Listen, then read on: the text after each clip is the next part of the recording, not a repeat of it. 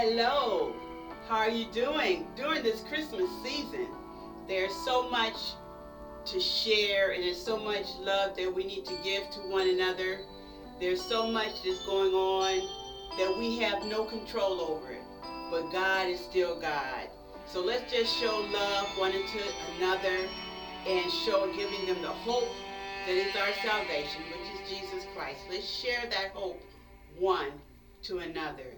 No matter what's going on around you, Jesus said he'll never leave you nor forsake you. I'm Reverend Reneé Ellis, and I want to come to you right now just to show you some gift items that you can purchase for yourself, for someone in your family, maybe co-workers, that you want to share some gifts with. A gift of books, not something that will last them a lifetime, and that's something that you can pass on to another. These books that I'm talking about today are books that I have purchased, I have published myself, okay? And the first book that I published was a Personal Sentiment, A Journey Through Life. And in this book, I'm sharing in a poetic expressions of different things that I saw in life during when I was younger, all through my life, things that I saw. I express myself poetically. Okay, that's how I express myself. And so I am sharing it with you in this book, Personal Sentiments #1, A Journey Through Life. If you enjoy poetry, this is a book for you, and it talks about different things that I've seen in life and some of my own personal experiences. So that's one book, Personal Sentiment, A Journey Through Life. And then I have another poetry book, which is the second book that I published, and this is Personal Sentiment #2, I Only Came to Visit. And this also has poetic expressions that I've expressed about things that I've seen, personal things that I've gone through in life. There are even some poetry in here that my grandchildren have shared with me, and they are also listed in this book. So this will make a good book for those that are interested in poetry and like to read other people's poetry and give you a visual of life outside the box. All right? Now, the next book I want to share with you is Guilty Until Proven Innocent. This book was published in 2019, the end of 2019. And it is Guilty Until Proven Innocent, Who Will Hear My Tears? I really started writing this book over 20-some years ago. I wrote it in its entirety, but it was so large, that it would take about 5 volumes to finish it. So I prayed about it, and I asked the Lord, what portion of it should I start publishing? And so in this book, there's a journey. Who will hear my tears? As a journey through life. And it is Guilty Until Proven Innocent. And it talks about an area of life where maybe you've given up hope and you think that all you can do is what you can do. And sometimes bad things happen to good people. You don't have to go looking for trouble to come to you. It talks about being a survivor of domestic violence, of being a survivor of homelessness, and hopeful, being hopeless. And then leading into a life full of hope and promise. This is volume 1 of Who Will Hear My Tears? Guilty Until Proven Innocent.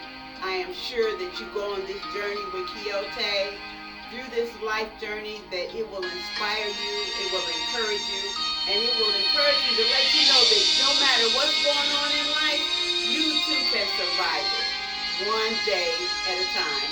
And God will bless you throughout your life, whether you know He's there or not. Because Quixote, she didn't know that God was right there with her. She knew that God loved her, but she didn't know how much God loved her until He showed her His face to her in the end. So this is a very good book to encourage you and to inspire you that you too can be a survivor no matter what life has to offer you. This is Guilty Until Proven Innocent. It is a Who Will Hear My Tears volume 1 of a series. Okay? So, now, the book that I want to read to you today is called Don't Be Afraid to Travel. This book, I wrote it during a period of my life when I was just looking around life, and I guess I was kind of comfortable with doing things the way I do them and being who I thought that I was or should be at the time. And the Lord dropped this in my spirit about the burden of being just too comfortable with the life or the skin that you're in can also become a burden in your life. Okay? So all of these books, Guilty Until Proven Innocent, Who Will Hear My Tears series, I Only Came to Visit, Personal Sentiment number 1, number 2, and A Journey Through Life, Personal Sentiments number 1. They all can be found on Amazon.com, Barnes & Nobles, any bookstore, online bookstore. And they also can be found in Kindle. You can get it in Kindle form too, as an ebook. Okay? So, but I want to read with you just a little bit, a portion of A Burden of Comfort. Don't be afraid to travel. I know most of the time people see this, they say don't be afraid to travel. They're thinking it might be a travel book about traveling, maybe in a car or in an airplane, or maybe not being afraid to go on adventures. But what it is, it's about burden, traveling outside of the box. You know, all of us have a box that we put ourselves in, or we like it to because it's comfortable to us. And we feel comfortable and we feel secure. But being too comfortable and being too secure can be a burden to your life. And that's what happened with the children of Israel, which is the backdrop of this book. This book was copyrighted in 2015. Okay, that's when I wrote this book, in 2015. Yes. So what, and also I really don't want to forget that my honorable mention that I have in here is I dedicated this book to my uncle, Elder A.D. Ellis. Yes, rest in peace. Yes.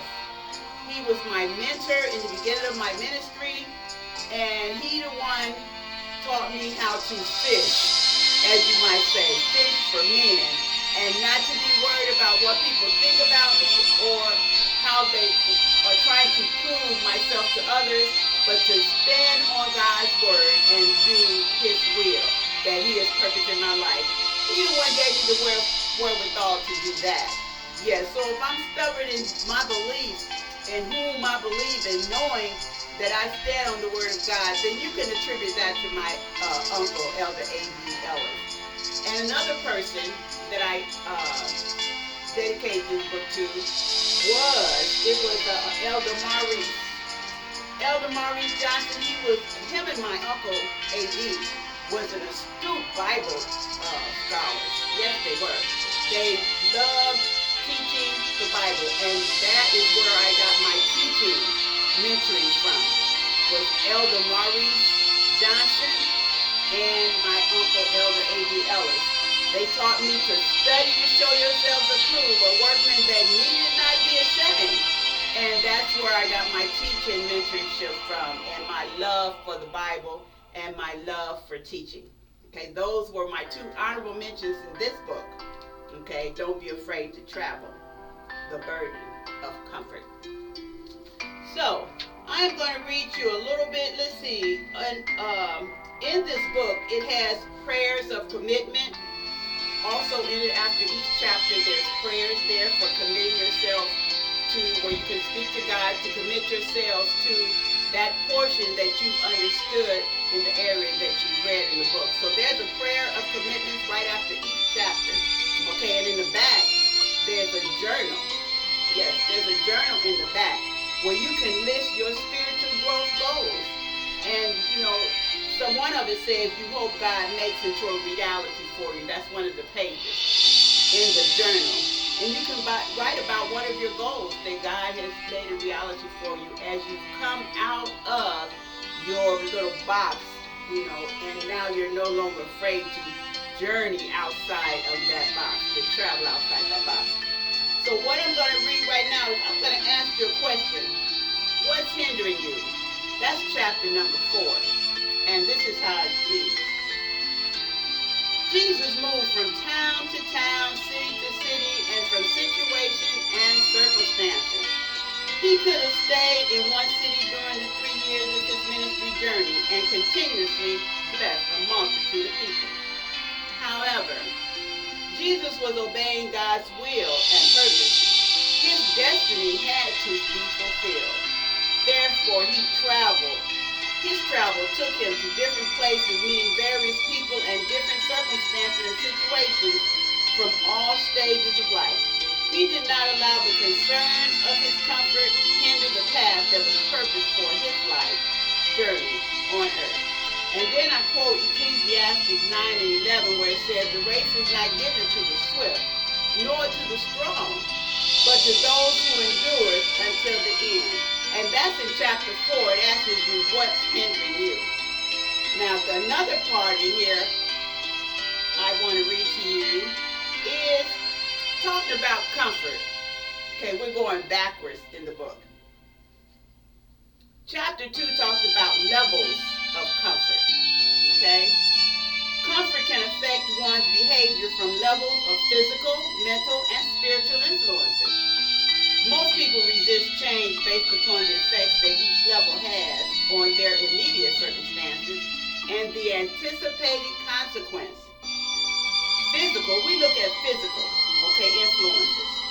It ranges of physical circumstances in which a person feels relaxed or able to cope. Mental level of comfort is, it affects the behavior state within which a person functions in a neutral anxiety condition, using a limited set of behaviors to deliver a steady level of performances, usually without a sense of risk. And then that spiritual level of comfort is an inner feeling of situations or position in which a person feels secure, comfortable, or in control. Okay? In all comfort ranges lies consequences. Yes. Consequences can shape our habitation, behavior, our habitual behavior, far more than do inherited genes. Did you know that? I'll say that again. Consequences can shape our habitual behavior far more than do inherited genes. That's right. Individuals will continue to act the way they do. This is no mystery. Behavior can be strengthened or weakened purely based upon its consequences. Sometimes, if enough positive consequences outweigh the negative, the person's feelings or ability to cope will cause willingness to change. That positive consequence can be a hug, it can be a kiss, public acknowledgement, a simple word of encouragement and praise, even a smile or a nod, and the list can continue on and on.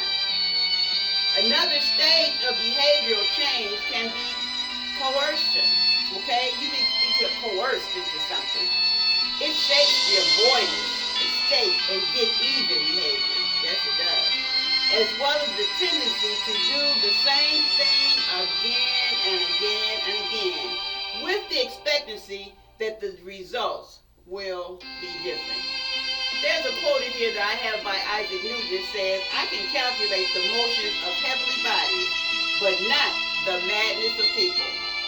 Coercion, being coerced can have a very negative and sometimes positive effect on your behavior, but it is a shaper of your behavior. So there is so much in here that you can learn about comfort, the burden of comfort. So I don't want you to be afraid to travel outside of your comfort zone, outside of that box. So this is a very good book to read about the burden of comfort. Like I said before, all of these books can be found on Amazon, Barnes & Noble, any of your bookstores, whether they're brick and mortar bookstores or whether you can go online. You can order these books, and they also are in Kindle. You can order them in Kindle. So this is Don't Be Afraid to Travel, A Burden of Comfort. Then Who Will Hear My Tears, series number 1, Guilty Until Proven Innocent. Then we have the poetry books, I Only Came to Visit. This is personal sentiment number 2. And number 1 of personal sentiment, A Journey Through Life in Poetic Form. I'm Reverend Reneé Ellis, and I know you will enjoy reading any of these books.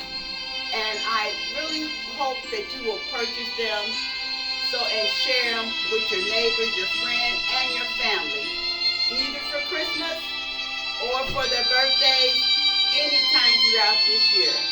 I'm Reverend Reneé Ellis, and I want to encourage you to enjoy this Christmas season by making memories and showing love with your family and friends.